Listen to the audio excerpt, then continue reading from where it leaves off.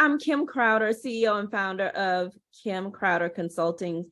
We are a boutique leadership development, executive development agency where we focus on data-driven strategies for executives and leaders that fuel legacy and impact.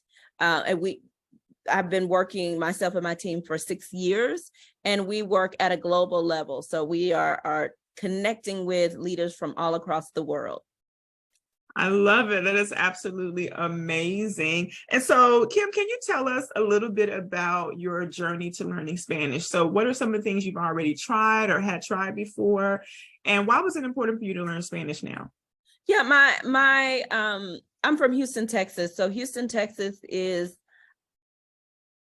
full of Spanish-speaking folks, right? So that was part of my upbringing. It wasn't even something that I think I thought about twice, especially the impact of the Mexican culture. You think about Tex-Mex food, you think about the music, like Selena, knowing about all of that at a young age, particularly where I started learning Spanish.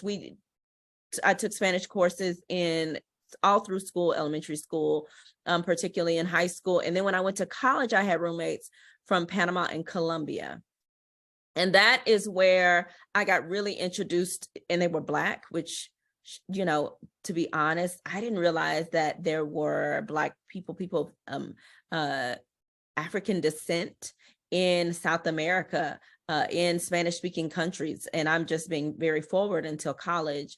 And so that was when I got into dancing, salsa dancing, merengue, bachata, and started to really infuse that part of myself, or the language, into my everyday life. So watching novelas, listening to my friends talk, learning a bit and having them teach me about pronunciation and that sort of thing.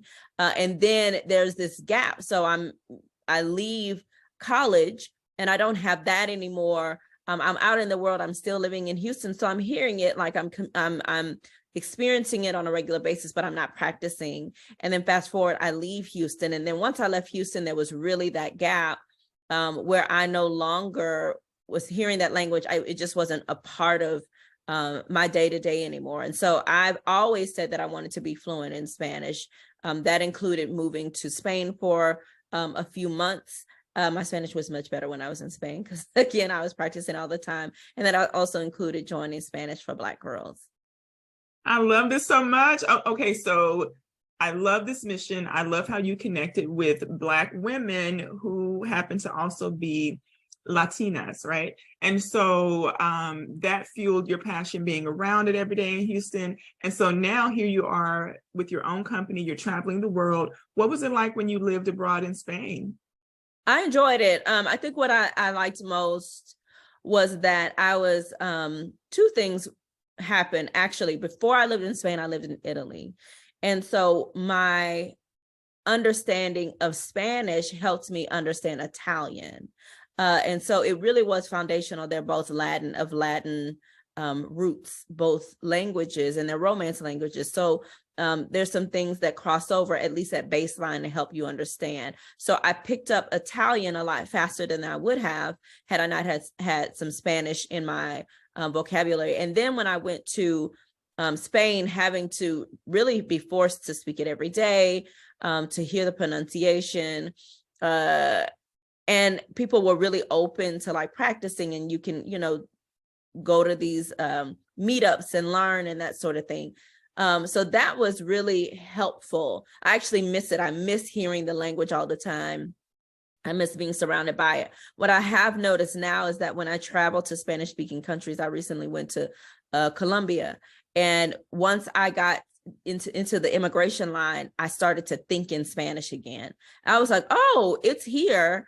I just don't get to use it as often as I would like to. And so that's one of the things I'm working on, is how can I surround myself more so that it's a regular part of my daily life. Oh, I love that so much. You're in Colombia and your Spanish comes back to you. Yes, it's in there. Okay, so now the big question. How has Spanish for Black girls helped you? I know you've already had prior experience. You had it in elementary. You had friends in college. You've, lived abroad. why was it important for you to join Spanish for Black Girls? One is it helped with consistency in the language. So having access, especially I'm more of a visual and an audible learner. And so coming to the sessions, being able to talk in Spanish with other people, but also being able to work with you. Like, there's been times where it's a one-on-one session. I've showed up, it's been a one-on-one, and then we can advance maybe the conversation in ways that we can't do if other people are there, depending on different levels. And so having that explained, and then for me to visually see it so I can take it back and practice it has been helpful, or just to answer any questions that I may have where I have some gaps in understanding. I think all of that is great. And the resources are really great. The course, the way it's laid out is comprehensive. And also I would say just being able to connect with other women who want to learn. You just now have a bigger network of people that which I'm a business owner, so I'm always thinking about network, but I'm also an entrepreneur. And so always, wanting to know, how can I support another Black woman who's an entrepreneur? That was important to me when I thought about where am I going to put money to learn Spanish. I want to put that into a Black business. And so it was my pleasure to be able to support you as a Black woman and also learn a skill set, because the more that I can do that, the more I feel connected to my own values and mission in this world in general. That is so good. That is so good. Thank you so much for that. Thank you for investing in me. And I'm so glad that the community aspect is what you were looking for. You have been an amazing part to Spanish for Black Girls. We're so glad to have you. And I love seeing you on. You're definitely one of my regulars, you and Kelly, like I can count on y'all being there. And I love that hunger and that desire that you have. So what do you think has been your biggest improvement overall? Living abroad, having the course, having, the opportunity to work with me one-to-one or in group, networking with other women. What do you feel like if you looked at, say, your Spanish in 2020 and your Spanish now, what do you feel like has gotten better with all of it? I would say the less so, and I hope this sounds I'm communicating this in the way that sounds beneficial, but it's less so the actual Spanish and more of some of the habits that I can build to improve. So I remember one of the things, and I used to hate when you said this, just so you know, but when you would say, listen to a word, like if there's a word, write it down and then go look it up. And I was like, I don't want to look things up. But once I start doing that, you never forget the word. You're like, oh, that means open, or that means, like, I remember I kept hearing people say the word for open. And I was like, what does that word mean? Abra. Abrir. And so I learned that word is stuck in me because I had to look it up. Or when I would be in a Uber and talking to someone in Spanish, they may say something. One of the things you would say is, you may not understand one word, but if you can understand the words around it, then you at least have a baseline for the conversation.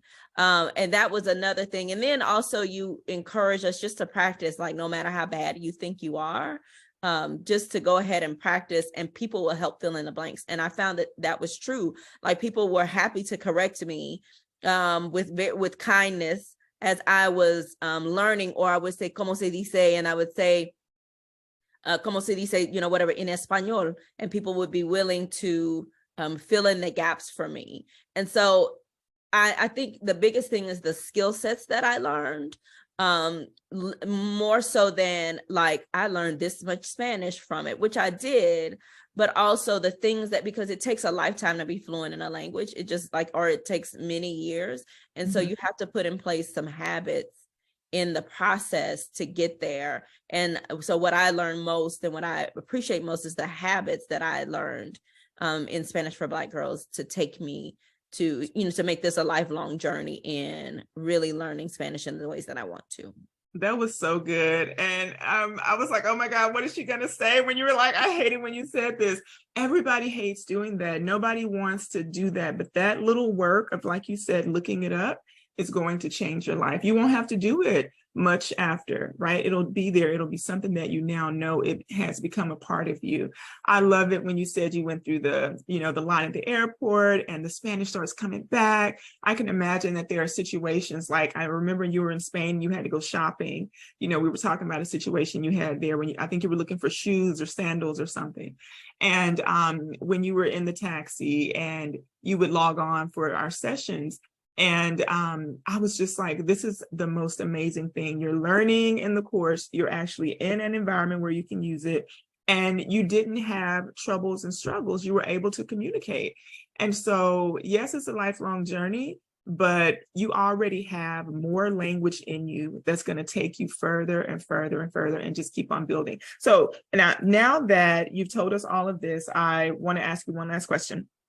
So we already heard you with your ahas and the things you learned. Would you recommend other professional Black women to join Spanish for Black girls, and why?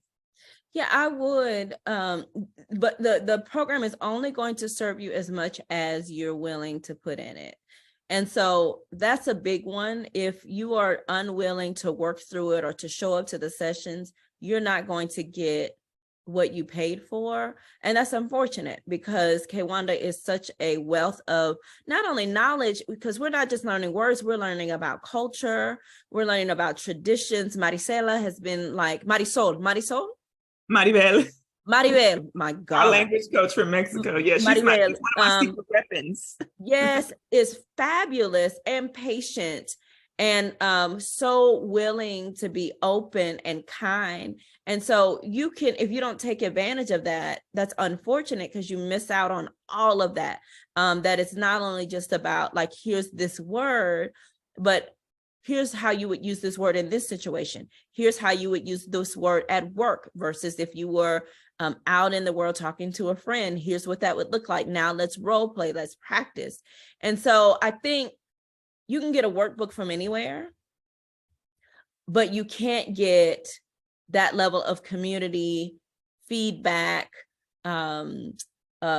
real exposure to folks who are Spanish speakers and who can help understand the background of it. And so if you're someone who really cares about